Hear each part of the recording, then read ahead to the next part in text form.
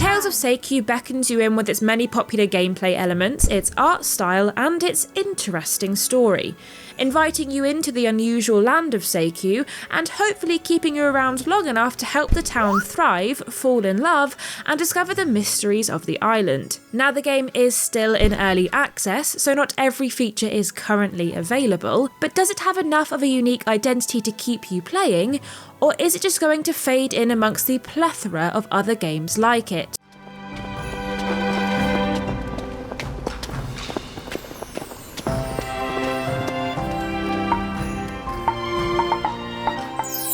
But before I answer that question, head over to patreon.com/idreamofindiegames, where you'll gain access to our Discord and the greatest indie gaming community, enjoy early ad-free shows, receive our new podcast 3 days early, and get a shout out at the end of every video we produce, and even more. But best of all, you'll be supporting indie visibility. Your new indie gaming community is waiting for you. If you've sunk hours of your time into Breath of the Wild but wished it had more farming and the ability to date conventionally attractive anthropomorphic townsfolk, then maybe Tales of Seikyu is the perfect game for you. With gameplay elements lifted straight from the Farming Sim handbook, and assets that are more than just a little reminiscent of The Legend of Zelda's more recent entries, it may seem that this game has nothing original to offer, but its story is weird and wacky enough that it might just push itself out of the box it's put itself in. Like I've already mentioned, the game hits every mark you'd expect from a farming sim.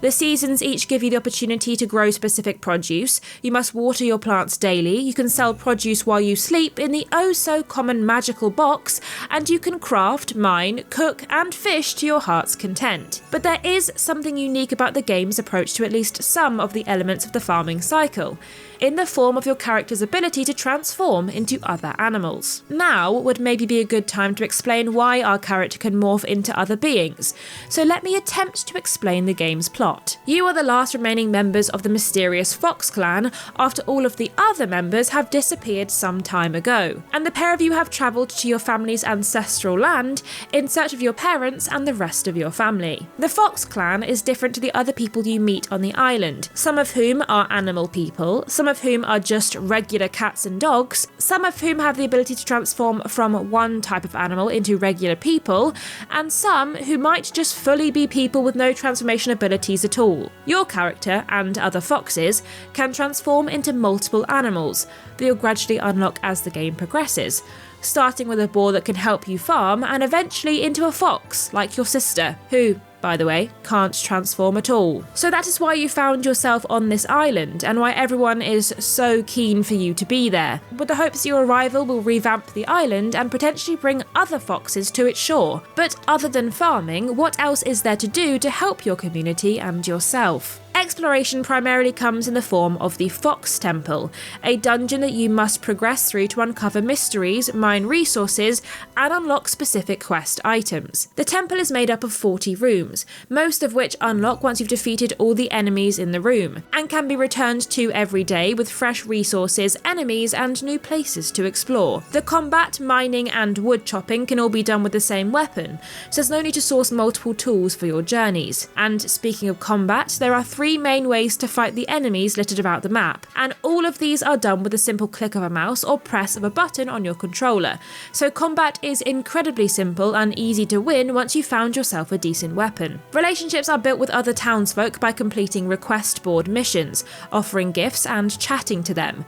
Though often found that beyond reading their one line of opening dialogue, most NPCs don't actually have anything to say unless you offer them a gift, which is often a stab in the dark regarding if they will like it or not. The more you chat to them, the better your relationship will be, and subsequently the NPC will offer you missions, gifts, or even ask you on a date if you've happened to flirt with one of the many dateable NPCs in Seikyu. Progression can feel a little difficult, with quests that imply you should transform into other creatures that you do do not yet have popping up very early on, and no real explanation about how you would go about getting those other abilities offered from either the quests or your ancestors who pop up to speak to you whenever you unlock a shrine. The map is also fogged out in places, walling off where you can travel to, which I assume may be early access implementation, but left me wondering if I had missed something. Weapons are also not clearly accessible in any of the shops, and can only be created once you've acquired the crafting resources, which again can knock you out of quests that you receive early on in your time with the game. The sound design is lovely, with music backing you on your adventures around the map, the game giving each area a nice distinct feel, and with the incorporation of traditional Japanese instruments and vocal stings, there is a lovely unique feel to the world you are playing through.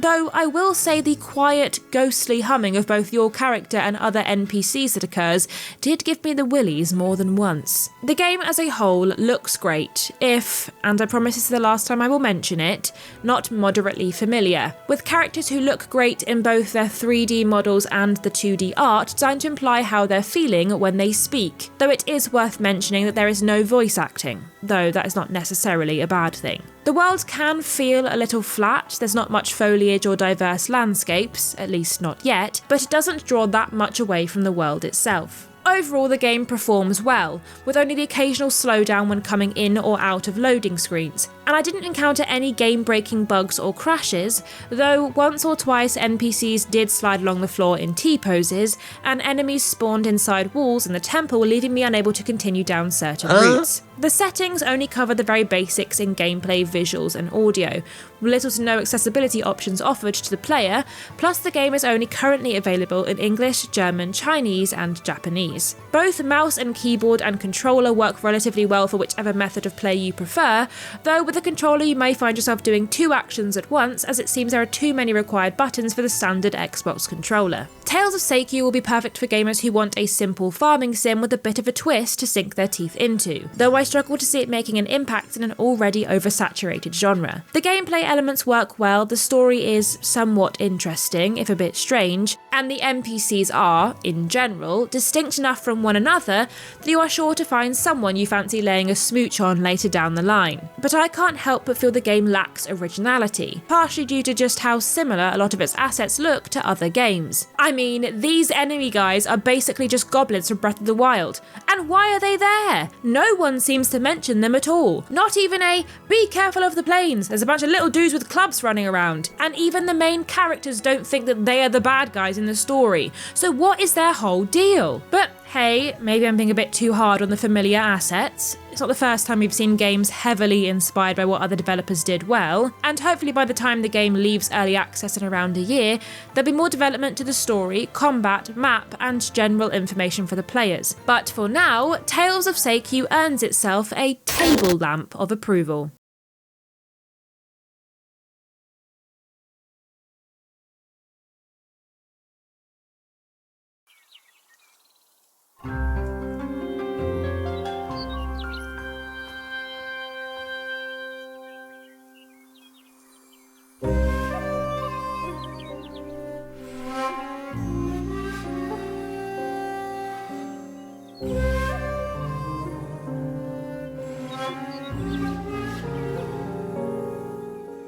For far too long, you, the gamer, have been denied honest gaming coverage. Indie developers and publishers have lost their voice, but no longer. Like the video, subscribe to the channel, and head over to patreon.com/idreamofindiegames to join this epic campaign for indie visibility. The echo chamber trembles as our message grows louder. Voice to the voiceless!